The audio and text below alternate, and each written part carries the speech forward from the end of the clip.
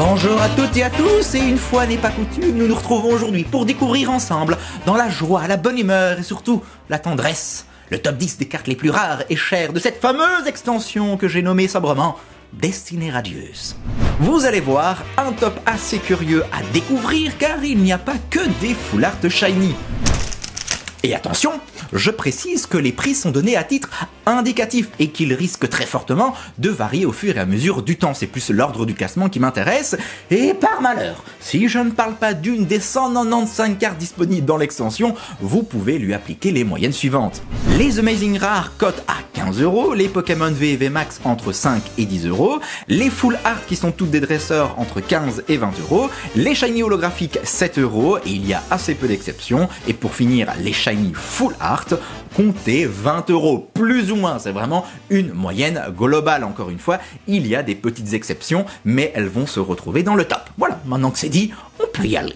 Let's get ready to rumble! Si ça va, je vous vois déjà arriver, il n'y a pas de top 10. Oui, c'est un top 9. Mais je me voyais très mal mettre top 9 sur la miniature de ma vidéo. Et j'aime pas les nombres impairs. Est-ce que vous avez déjà vu un top 7? Non, moi j'en ai jamais vu. Mais un top 5, j'aurais pu faire un top 5. Mais j'aurais jamais eu assez de temps de vous montrer toutes les cartes avec un top 5.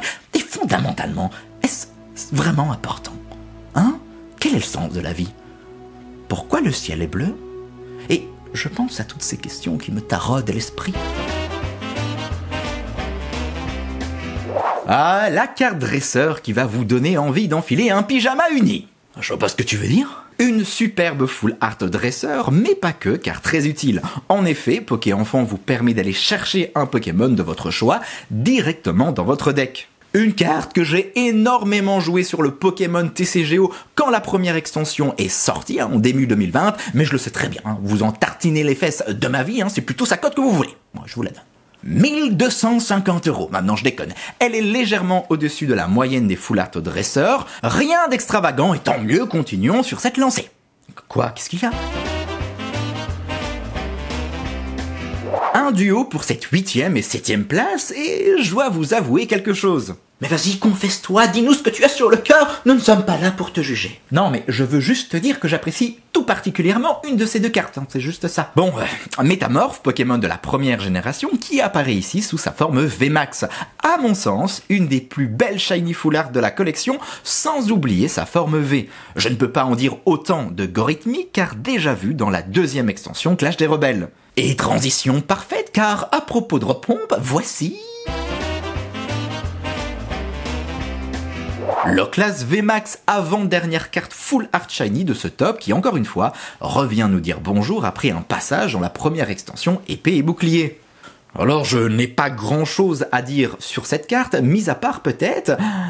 sa cote, je ne comprends pas en fait pourquoi elle est si élevée, et si vous avez une réponse à cette question, mais n'hésitez pas à me le donner en commentaire, je mourrai moins bête. Merci, vous êtes vraiment très très aimable. Première carte holographique shiny de ce top, Suicune. Non, Suicune. Suicune. Un Pokémon légendaire extrêmement apprécié que l'on n'avait plus vu depuis Soleil et Lune. Une illustration s'apparentant à sa version promo holographique de l'extension Tonnerre Perdu, et il ne manquerait plus que Raikou et Entei.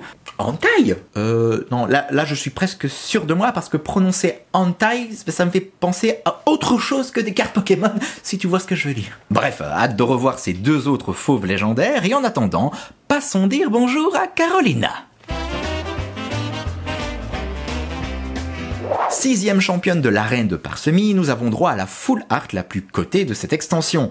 Nombril à l'air et guettant sûrement la prochaine version chromatique de l'Acmessigne, elle vous permettra d'aller chercher une carte dresseur de votre choix et directement dans votre deck. Encore une fois, une carte très intéressante que j'aimerais beaucoup énormément choper lors de mes prochaines ouvertures.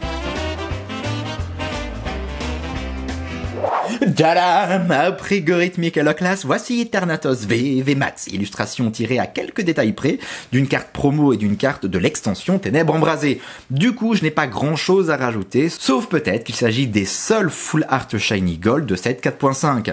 Zacian et Zamazenta ayant été mis de côté, pourtant bien présents dans le set japonais. Dommage, mais je ne m'inquiète pas, je suppose que la prochaine extension complémentaire du bloc épée et bouclier comblera cet oubli.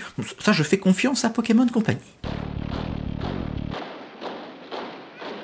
Attendez, pas trop vite, petite pause et je vous glisse un diapo de chat trop mignon pour vous faire passer le temps. À l'heure où je vous parle, le montage est presque terminé, mais je suis obligé de revenir sur les codes que je vous ai donnés car elles ne cessent de chuter.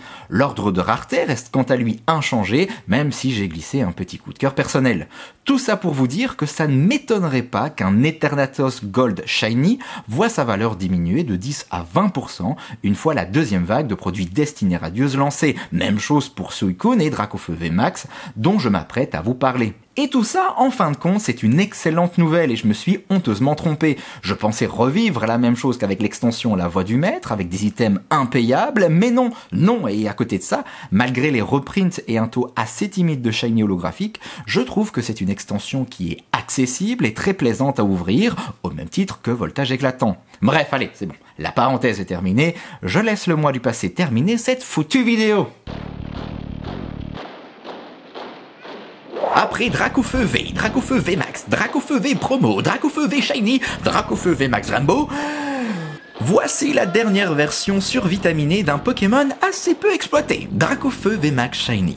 J'attends sa version Gold Shiny pour me lancer dans un jeu de cette famille. Étonnamment, et c'est un point extrêmement positif, une carte qui sort assez souvent dans les ouvertures et qui a un taux d'obtention bien plus élevé que ses précédentes versions. Pour preuve, une carte qui se vendait à 800 € à sa sortie et qui en moins d'un mois a vu sa cote divisée par 2, voire par 3 si vous attendez encore quelques mois. Alors, la question qui tue, qu'avez-vous pensé de ce top? Quelle est votre ou vos cartes préférées? Personnellement, il s'agit de Métamorphe V et VMAX Shiny que j'ai eu la chance de choper dans mes dernières ouvertures. Bref, j'ai pris encore une fois énormément de plaisir à monter, réaliser et produire cette vidéo. Ça m'a pris beaucoup de temps, mais vous le savez très bien, quand on aime, on ne compte pas. Bon, allez. En attendant notre prochaine revoyure, je vous dis à très vite.